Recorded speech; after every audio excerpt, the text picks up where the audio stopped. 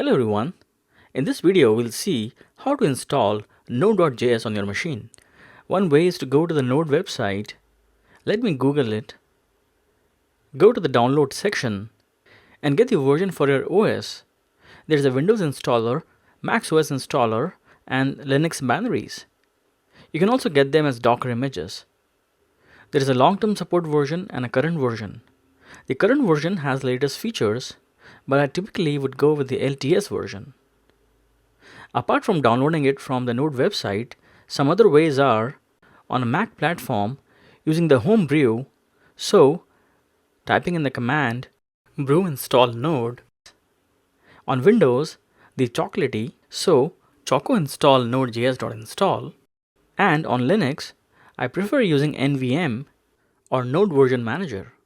I'm on a Mac now, so let me show you how to install it on a Mac using the download.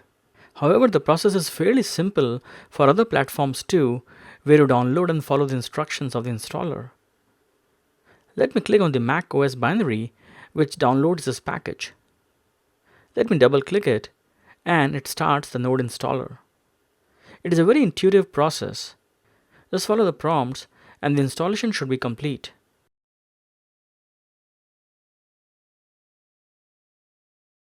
To check if Node has been installed properly, let me open up a terminal session, type Node, and we should see Node with its version number.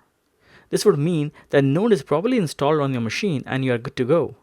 In this video, we installed Node.js, and then we also talked about some other options to get it on your machine.